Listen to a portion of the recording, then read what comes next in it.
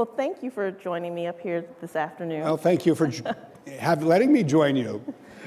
I don't know how many people in the audience have had a chance to read Brad's book, but it's very interesting, very frank, lots of great storytelling there, and a lot of good information about what's been going on. So I just want to jump right into it.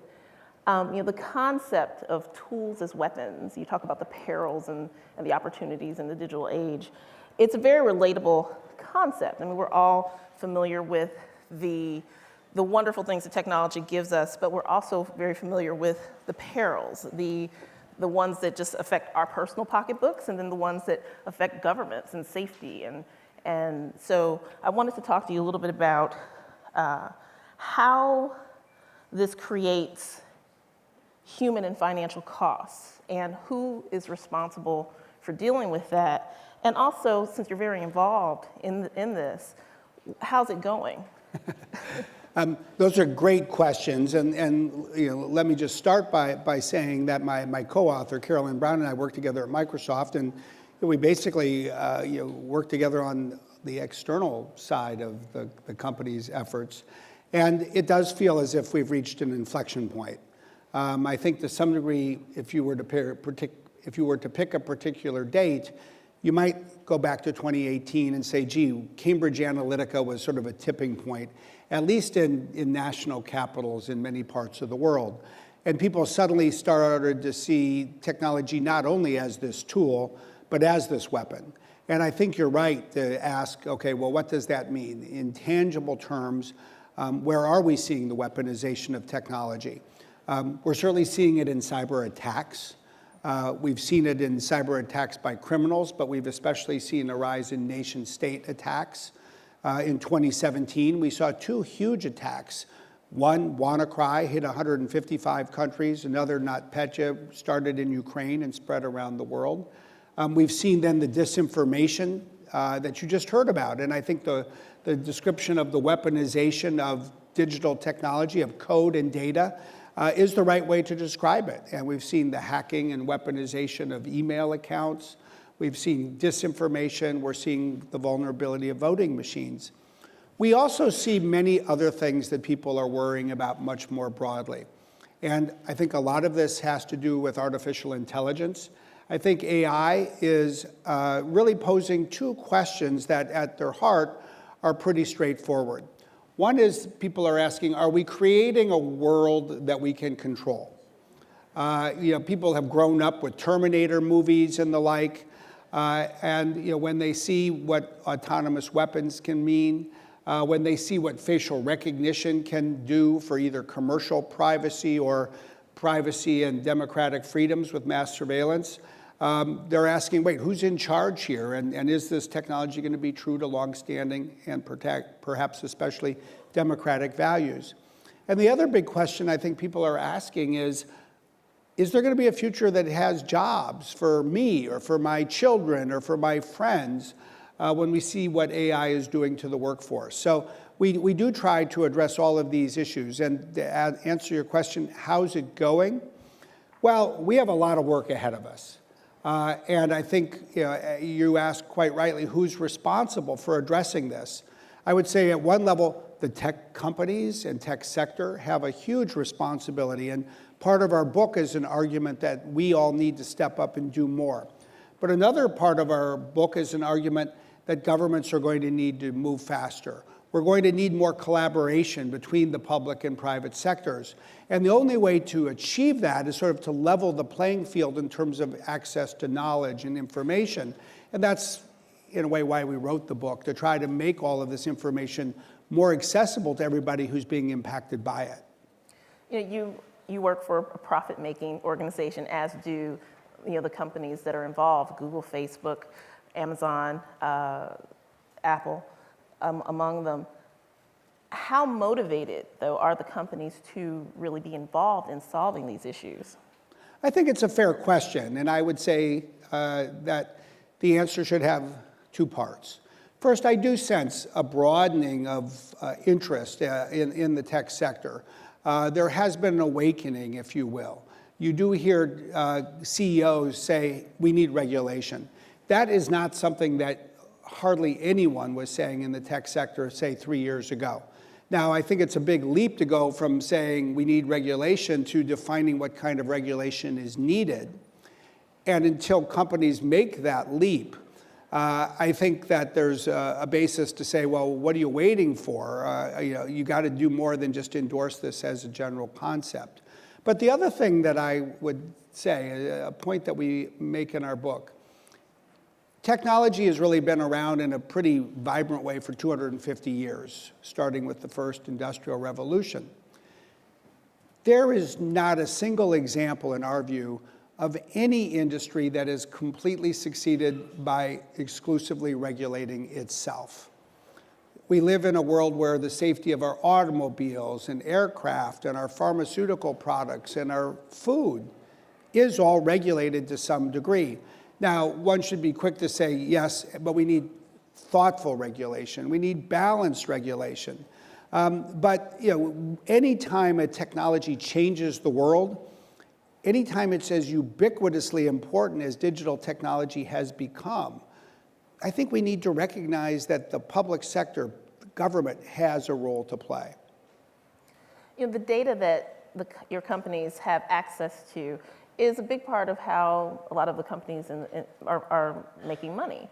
But then there's so many concerns about surveillance and privacy. And then there's this conflict with keeping the world safe. I mean, how do you balance that? There are so many balances that need to be struck. And one of the things we really tried in our book was to bring those to life, both in terms of the last decade and the real issues we've had to encounter, and also to provide some historical perspective, because a lot of what we're dealing with today really has its roots in the founding of this country, the rights that were created in England in the 1760s, and you see how things build on each other over time. I think it is first important to keep in mind the need for balance. It's not just one side of the coin or the other. That's why we tell the story of the work that we did behind the scenes when Daniel Peril, a Wall Street Journal journalist, was kidnapped in Karachi shortly after the millennium. And we assisted the FBI and the Pakistani authorities to try to find him so he could be saved, and we failed. We moved fast, but not fast enough, and you realize that people's lives are at stake, and that's just one example. You also see the other side of the coin. You see the impact of the Snowden disclosures, and we sort of talked about how that rippled across the tech sector and really changed the relationship between the tech sector and the US government, even the Obama White House. We described the meeting in December of 2013, where I still think it was very interesting, even more so in hindsight, that as we had just over a dozen tech leaders all pressing President Obama and Vice President Biden to strengthen the checks and balances on the NSA, President Obama agreed with a number of the points that we were making, but he also at one point pushed back. And he looked around the table, and you had every company seated around the table, and all the household names and technology sitting there, and he said, I have a suspicion that the guns will turn. You all have more data than the government does about the people in this country, and you should think about the fact that the demands that you are placing or want to place on the government today will someday be expected of you as well. And I'd say the day after the Cambridge Analytica story broke, his prediction came true. And so all of these things need to be brought together, which is why I think we need to be more open in talking about them and encourage an ongoing conversation. Okay. I want to turn a little bit.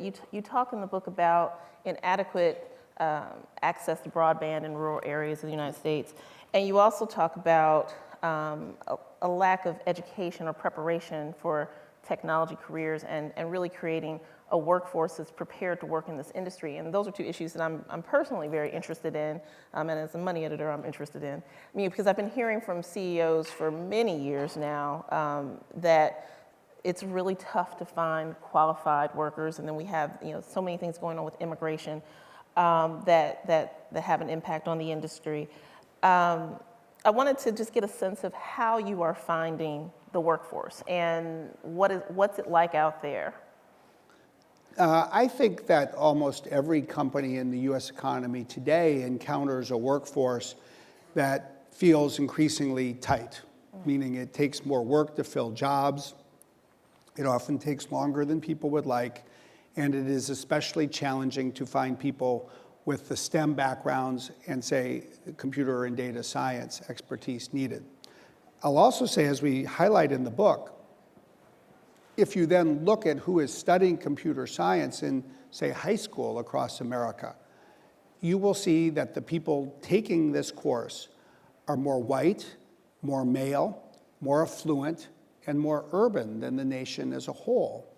So if we don't close this part of the divide, we will exacerbate many of the other divides that we care about in this country in terms of creating opportunities for people.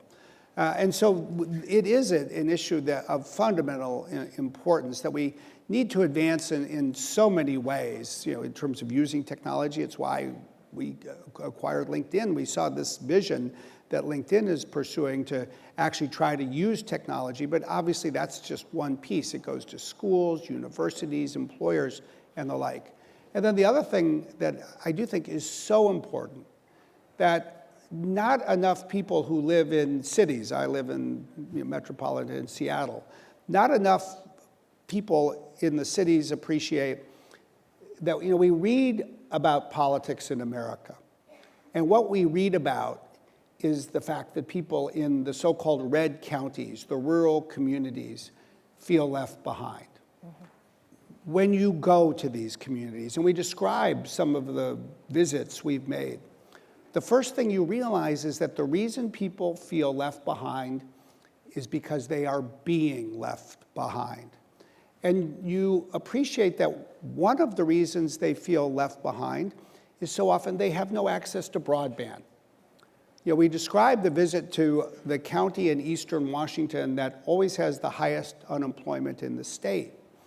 It is a county that the Federal Communications Commission has said has ubiquitously available broadband. And you sit down to have lunch in the Knotty Pine Diner in Republic, Washington, and people all tell you this is a joke. They say the FCC's been saying this about us for years. We all know it's not true. He visited the largest employer in Ferry County. It's a cedar lumber mill. It employs about 175 people.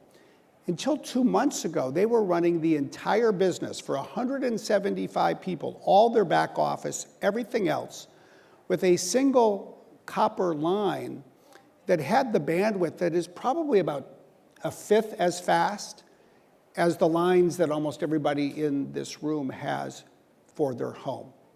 And then you realize you can't persuade businesses to go open new plants or offices in places that have no access to broadband. And you can't bring the best in education or healthcare to places that don't have broadband. It really has, as we say, become the electricity of the 21st century.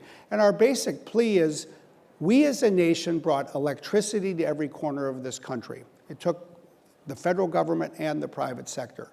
We brought long-distance telephones to every home in America. We did that a century ago.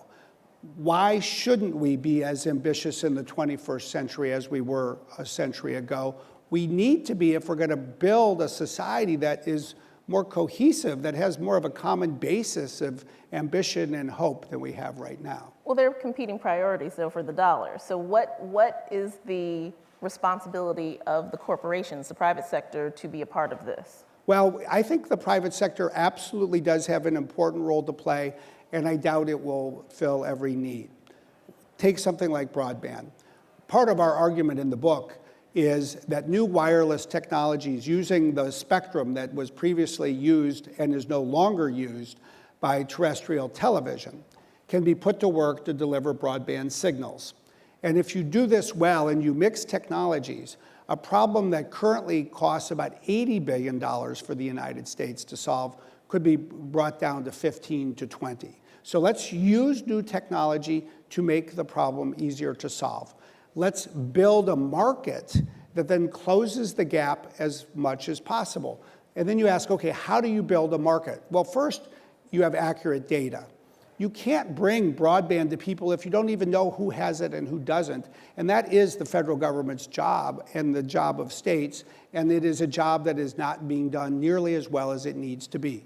That's why we went to the FCC ourselves and told the chairman about the problems in this community in Washington state.